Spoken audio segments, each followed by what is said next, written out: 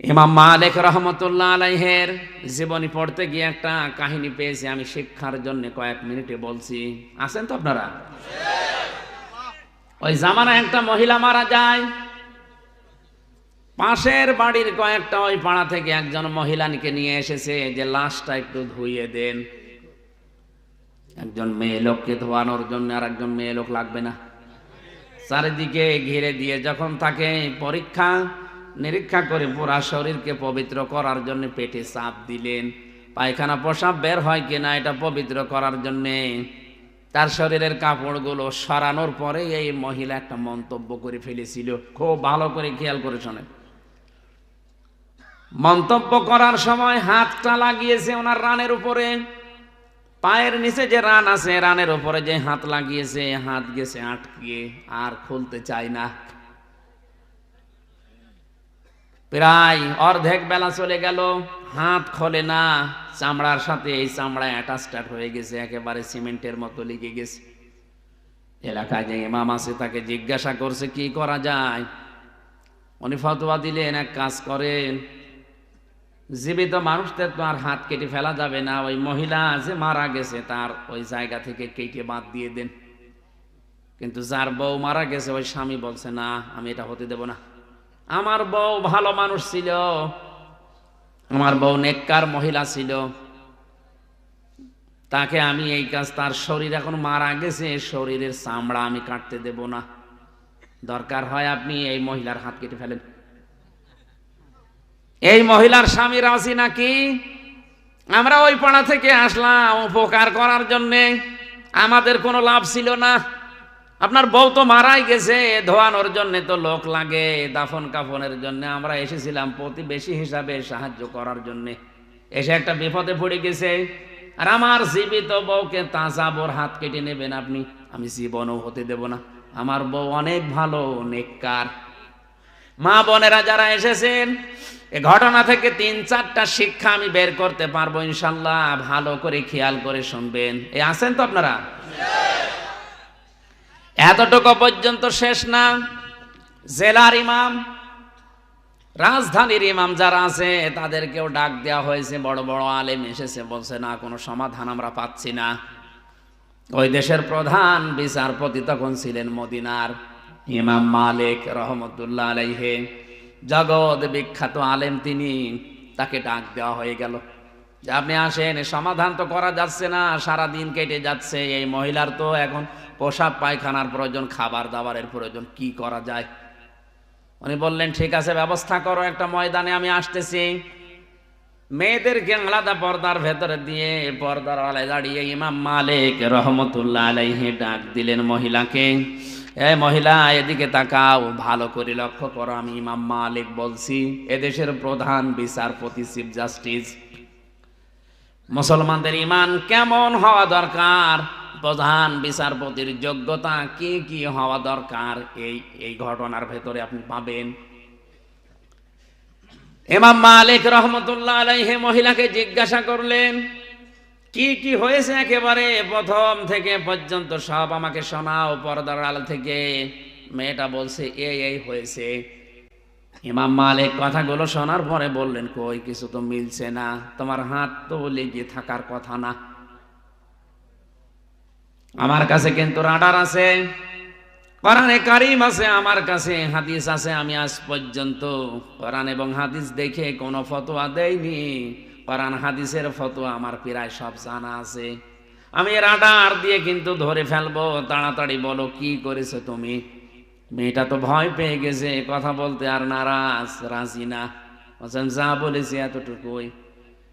ইমাম মালিক বললেন না, কোরআনে কারীমের আয়াত আমার আল্লাহ নাযিল করেছে যেটা একটাও মিথ্যা না, ওয়া তাম্মাত কালিমাতু রাব্বিকা সিদকাও ওয়া আদলা লা মুবাদদিলা লিকালিমাতিহি ওয়া হুয়াস সামিউল আলীম।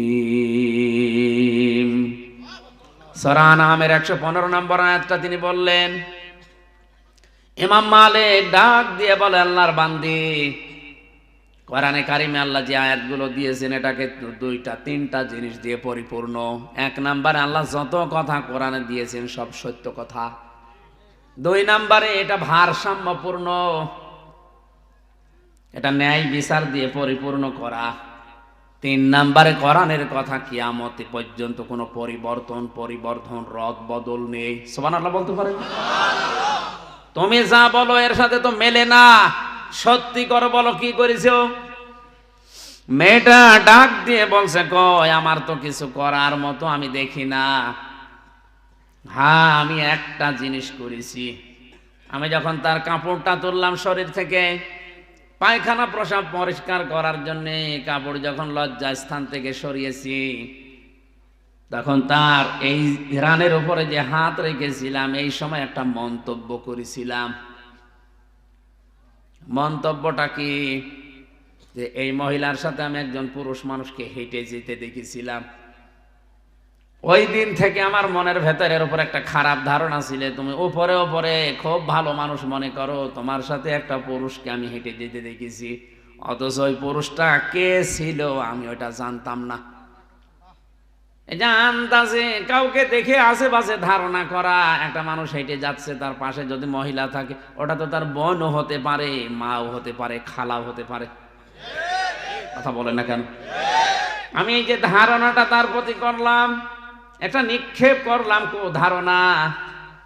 ইমাম মালিক বলেন আমার কাছে রাডার তো এইটা, আমি এতক্ষণ মেলাতে পারছিলাম না। সূরা নিসার 112 নম্বর আয়াত আমার জানা আছে, ওয়ামাইয়া কাসাবা খাতিয়াতান আও ইসমান সুম্মা ইয়ারমি বিহি বারিয়ান ফাকাদ ইহতামালা বুহতানা ওয়া ইসমাম মুবিনা। আল্লাহ পাক বলেন দুনিয়ায় এমন অনেক মানুষ আছে নিজে অন্যায় করে, নিজে খারাপ কাজ করে, আর এই অন্যায়টা একটা ভালো মানুষের উপরে চাপিয়ে দিয়ে নিজে ভালো সাজে। এই লোকটা যেন প্রকাশ্য পাপের বোঝা বহন করে নিয়ে বেড়াচ্ছে। তুমি নিজে হয়তো এরকম কোন কাজ কারবার করে বেড়াও, আর এই লোক এই মহিলার উপর একটা খারাপ ধারণা করে এক ধারণা নিক্ষেপ করলে, এই কারণে আল্লাহ তোমার শাস্তি দেওয়ার জন্য ব্যবস্থা করেছে। দ্বিতীয় নাম্বার আয়াতটাকে শোনালেন সূরা নিসার 2 নাম্বার আয়াত, সূরা নূরের 4 নাম্বার আয়াতটা, ওয়াল্লাযীনা ইয়ারমুনাল মুহসানাতি সুম্মা লাম ইয়াতু বিআরবা'তি শুহাদা ফাজলিদুহুম ইলা আখির আয়াত। আল্লাহ পাক বলেন কোন মানুষ যদি কোন নেককার নিরপরাধ মহিলার উপরে জেনার তহমত দিয়ে দেয়, খারাপ ধারণা করে, আর যদি 4 জন সাক্ষী হাজির করতে না পারে, তাহলে তারে 80টা বেত্রাঘাত করো। কয়টা? 80টা বেত্রাঘাত করা লাগবে তাকে। আর জীবনে তার কোনো সাক্ষী এই পৃথিবীতে কবুল করা হবে না, গ্রহণ করা হবে না, আবার সাক্ষী নেওয়া হবে না। আজ বাংলাদেশে এই আয়াতগুলো যদি রাষ্ট্রীয়ভাবে, পারিবারিকভাবে, সামাজিকভাবে আমরা বোঝাতে পারতাম আর কায়েম করে দিতাম, এই দেশে মিথ্যা মামলায় কোনো মানুষ জেলে থাকতো না।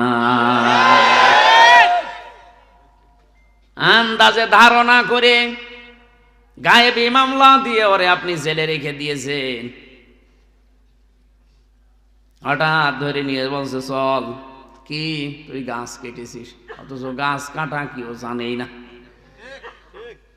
3 বছর জেলে থেকে বাস্তবে ঘটনার সাথে যা মিলালাম, এই মহিলা যদি আন্দাজে এক ধারণা করে হাত আটকিয়ে যায়, আর যারা মিথ্যা মামলা দিয়ে, মিথ্যা সাক্ষী দিয়ে মানুষের জীবন ধ্বংস করে দিচ্ছেন, আপনাদের কত কিছু আটকানোর দরকার আপনি বলেন।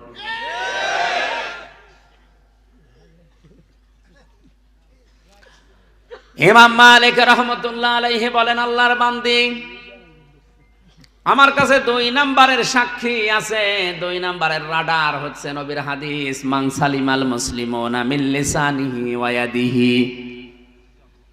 ওই লোকটাই মুসলমান যার হাতের দ্বারা, যার মুখের দ্বারা মানুষ নিরাপদ থাকে। তো তুমি তো মুসলিম মহিলা, তোমার হাতের দ্বারা, তোমার মুখের দ্বারা, অন্তরের দ্বারা একটা লোক শান্তিতে নেই। এই হাত মানে শুধু এই হাত না, ক্ষমতার হাত, টাকা পয়সার হাত, প্রভাব প্রতিপত্তির হাত। মুখ মানে শুধু এই মুখ না, অন্তরেরও মুখ আছে। এই সমস্ত জিনিস দ্বারা মানুষকে কষ্ট দেওয়া, এটা আর মুসলমান থাকে না। তুমি আন্দাজে ধারণা করলে কোন কারণে বলো, তুমি যদি সঠিক জবাব দিতে না পারো আর 4টা সাক্ষী যদি জোগাড় করতে না পারো এই মহিলার উপরে যে তহমত দিয়েছো, আন্দাজে মিথ্যা মনে করে তোমার এই মহিলার সাথে জীবিত মাটি দেওয়া হবে এবং কোনো দিন আর এ পৃথিবীর মুখ আর দেখা হবে না। মহিলা তো কান্নাকাটে আরম্ভ করেছে, আমারে বাঁচান। আল্লাহ রাব্বুল আলামিন বলেন, আয-যানিয়াতু ওয়াজ-যানি ফাজলিদু কুল্লা ওয়াহিদিম মিনহুমা মিয়াতা জালদা ইলা আখিরি আয়া। সূরা নূরের 2 নম্বর আয়াতে এত কথা ব্যাখ্যামূলক এখানে আছে। আমি তাড়াতাড়ি করছি খুব সামারাইজ করার জন্য। ইমাম মালিক যখন এতগুলো কথা বললেন যে 80টা বেত্রাঘাত তোমাকে এখন করা হবে, আন্দাজে এই নিষ্পাপ মহিলার উপরে, নিরপরাধ একটা মহসিনা নারীর উপরে অপবাদ দেওয়ার কারণে তোমারে আমি 80টা বেত্রাঘাত কোরআনের আইন দিয়ে আমি আদেশ দিয়ে দিলাম। 1টা 2টা করে প্রধান বিচারপতির কথা শুনে জল্লাদ যে আছে বেত চালাচ্ছে চামড়ার চাবুক দিয়ে। 1টা 2টা করে বেত মারতে মারতে মহিলা প্রায় নিস্তেজ হয়ে গেছে। 79টা হয়ে গেছে, কিন্তু হাত খোলে না, হাত। ইমাম মালিক চিন্তা করলেন, কোরআনে কারীম দিয়ে যদি কোনো পাপের বিচার করা হয় আর বিচারটা যদি দুনিয়াতে হয়ে যায়, কিয়ামতের দিন আল্লাহ ওই পাপের জন্য ডবল করে আর বিচার করবে না। বিচার তো প্রায় শেষ। 79টা হয়ে গেছে আর মাত্র 1টা আছে। জল্লাদ থেমে গেছে, হুজুর কি করব, আর মাত্র 1টা বেত আছে। এখন যদি এটা মারার পরে হাত না খোলে মহিলাকে জীবিত কবর দিয়ে দেওয়া লাগবে, কোনো উপায় নেই। ইমাম মালিক বললেন, দাঁড়াও। অনেকক্ষণ পর্যন্ত চিন্তা করলেন, কেন হচ্ছে না, কেন হচ্ছে না। কোরআনে কারিমের আয়াত তো মিথ্যা হওয়ার কথা না। আল্লাহ 80টার কথা জানিয়েছেন, একা 80টা না। কয়টা? 80টা বেত্রাঘাতের কথা আছে।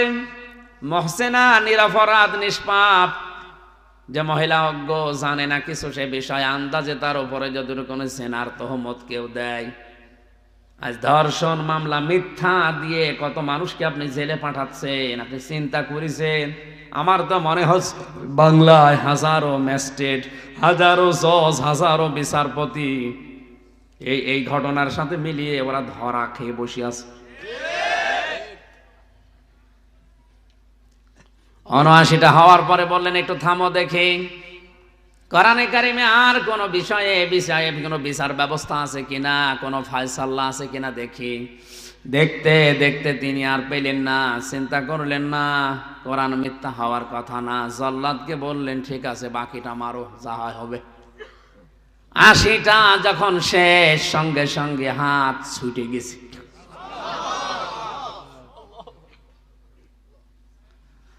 গাজীপুর বাসে ইমাম মালিকের এই ঘটনাটা কয়েক মিনিটে বলার আমার উদ্দেশ্য ছিল এই যে জাতিকে সতর্ক করছে, যারা আজ মিথ্যা সাক্ষী দিয়ে, মিথ্যা মামলা দিয়ে, মিথ্যা তহমত দিয়ে মানুষের জীবনটা ধ্বংস করে দিচ্ছেন, আপনার কি হবে আমি আশা করছি কয়েকটা পয়েন্টে আপনি বুঝে ফেলেছেন। এরপরেও যদি কেউ শিক্ষা নিতে না চান, আমার তো সতর্ক করার দায়িত্ব করলাম, এখন আপনি থামেন। আপনি যদি এখনই থেমে যান, আল্লাহর কসম বাংলাদেশের এই 1 লাখের উপর এখন মানুষ জেলে আছে, সারা বাংলাদেশ মিলে 10,000ও থাকবে না, 90,000 বেরিয়ে যাবে। আমার মামলাও তো ঢিসমিস হয়ে যাওয়ার কথা। কোন কারণে আপনি আন্দাজে একজনের দোষ আর একজনের উপরে চাপিয়ে দিলেন? কে কোথায় বলে কোন সালে, সে 20 সালের দিকে সংসদ ভাঙার জন্য তরবারি নিয়ে গেছে, তরবারি নে কাঁচি, ধান কাটে কাঁচি নেই, ওর বাড়ি সিরাজগঞ্জে। এই মনে হয় 17-18 বছর বয়স হবে। এই বয়সের একটা ছেলে, ওর নাম সাকিব। জেলখানায় দেখা হয়েছিল, ওর নাম এখন জনগণ দিয়েছে তরবারি সাকিব। ওরে পুলিশ ধরেছে সংসদের সামনে, এই বেটা কি করিস? বলুন সংসদ ভেঙে ফেলবো। ভেঙে ফেলবে মানে? হ্যাঁ, আমি আমির হামজা হুজুরের, মুফতি হারুন ইসারের, মাহমুদুল হাসান এদের ওয়াজ শুনে আমি উদ্বুদ্ধ হয়েছি, সংসদ ভেঙে ফেলা লাগবে। পুলিশ বলছে বেটা এটা দিয়ে সংসদ ভাঙা যায়? ধান কাটা কাশি। সংসদ বোম মারলে ওড়ে না, আর তুমি সেই সিরাজগঞ্জ থেকে এসেছো এটা ভেঙে ফেলবা, তার কাশি দিয়ে শাবল নিয়ে আসলেও তো হইতো। তারপরও বানিয়ে ওকে সাজিয়ে বলে ঠিক আছে, যাদের ওয়াজ শুনেছে তাদের ধরে নিয়ে গেল। আমি বললাম কই রিমান্ডে যে আমার একটু দেখান তো আমি কোন ওয়াজ করেছি যে সংসদ ভাঙা লাগবে। আন্দাজে এই যে টপ টু বটন যারা এর সাথে জড়িত, মামলার আয়ু থেকে শুরু করে, আমার তো এই হাদিসটা আর এই আয়াতটা পড়ে সূরা নিসার এই 112 নম্বর আয়াত, ওমা ইয়াকসিব খাতিয়াতান আও ইসমান সুম্মা ইয়ারমি বিহি বারিয়ান ফাকাদ ইহতামালা বুহতানা ওয়া ইসমাম মুবিনা। বুহতান আছে, বুহতান আর গীবত এক জিনিস না। যে লোকটার ভেতরে দোষ আছে ওই দোষ যদি আপনি অন্যজনের কাছে বলেন এটা গীবত, আর যার ভেতরে দোষ নেই আপনি বানিয়ে বানিয়ে তার নামে যদি ওই দোষ চালান ওইটা বুহতান, এটা আরো মারাত্মক। আমার নামে যেটা হয়েছে এটা গীবত না, এটা বুহতান। যারা এই বহতানের সাথে জড়িত আল্লাহ বলেন এরা প্রকাশ্য পাপের বোঝা বহন করে বেড়াচ্ছে, শুধু দুনিয়া না আখিরাতে ওদের বোঝা আমরা দেখতে পাবো। সুতরাং আপনি থামেন। আমার মতো হাজারো মানুষকে এভাবে যারা স্ট্যাপে ফেলে, বিপদে ফেলে, বিপদের ভেতরে ফেলে দিয়ে তাদের জীবন যৌবন পরিবার সব নষ্ট করে দিচ্ছেন। আপনি কোন নেশায় করছেন বলেন তো? আপনাকে মরা লাগবে না? মরণই বিশ্বাস করে না, মরা লাগবে। আমি ওদের জন্য শুধু না আপনার জন্যও বলছি, অন্তত যারা মুসলিম বলে দাবি করেন, ঈমান যাদের আছে তাদের জন্য বলছি আপনি থামেন, এখনো সময় আছে। হযরতে ওমর কিন্তু মাঝে মাঝে হুযায়ফা ইবনুল ইয়ামিনকে ডাক দিয়ে বলতেন, ভাই নবীজি মরণের আগে, ইন্তেকালের আগে তোমার কাছে মুনাফিকদের একটা লিস্ট দিয়েছে যে মদিনায় কে কে মুনাফিক, ওই লিস্টটা একটু দেখাও তো, আমার নামটা ওর ভেতরে আছে কিনা। হযরত হুযায়ফা চোখের পানি ফেলে দিয়ে বলে, খলিফা কি বলেন? আপনি তো জিন্দা অবস্থায় জান্নাতের সার্টিফিকেট পেয়েছেন, নবীজি জানিয়েছেন আমার পরে কেউ নবী হলে হযরত ওমর নবী হয়ে যাবে। এত বড় সম্মান আপনার, আর আপনি বলেন এই লিস্টের ভেতরে আপনার নাম মুনাফিকের লিস্টে। হযরত ওমর চোখের পানি ফেলে দিয়ে বলে, ভাই হুযায়ফা, নবী ছাড়া কারো ঈমান নিরাপদ না, কে কখন বেঈমান হয়ে যায় বলা যায় না। নবীদেরকে আল্লাহ নিজে গাইড করেন, এই জন্য তাদের অসুবিধা নেই। কিন্তু আমরা তো সাধারণ মানুষ, সকালে ঈমানদার আছি, বিকালে বেঈমান হয়ে যেতে পারি। তুমি এখনো দেখো লিস্টে যদি আমার নামটা থাকে তাহলে আমি এখনো তওবা করে ভালো হওয়ার সময় আছে। তারা যদি এই সেন্স নিয়ে চলতে পারে তে আমরা আছি কোথায়? আপনাকে থামার জন্য বলছে, আমি সতর্ক করলাম। আল্লাহ নবীকে যেমন ডাক দিয়ে বলেছিলেন কুম ফাংজির, হে নবী দাঁড়ান, চাদর গায়ে দিয়ে কম্বল গায়ে দিয়ে শুয়ে থাকার জন্য, বসে থাকার জন্য আপনাকে পাঠাইনি, আপনি দাঁড়ান। আমার মনে হচ্ছে আল্লাহ যেন আমাকে ঠিক এইভাবে করে অ্যাক্সিডেন্ট করার পরে মনে হচ্ছিল আমি আর দাঁড়াতে পারছিলাম না, আল্লাহ যেন আমাকে ডাক দিয়ে বলছে, হামজা ওঠো, জাতিকে সতর্ক করা লাগবে। কোথায় কুষ্টিয়া, কোথায় গাজীপুরে, এই প্রায় 250 কিলোমিটার এই ভাঙ্গা পা নিয়ে এভাবে দৌড়িয়ে এসেছি। আল্লাহর কসম আমার নিজের শুধু লাভের জন্য না, কালকে আমার বাড়ি অনুষ্ঠান, অথচ সারা রাত এখন জার্নি করে যেয়ে ধরা লাগবে। এসেছি জাতিকে আল্লাহর কসম কোরআন সামনে নিয়ে বলছি সতর্ক করার জন্যে। যারা এগুলো লিপ্ত আছেন থামেন। এই বহতান, এই তহমত দেওয়া, মানুষের জীবন নষ্ট করার জন্য যারা মেতে উঠেছেন থামেন। আল্লাহ আমাদেরকে বোঝার তৌফিক দিন, বলেন আমিন।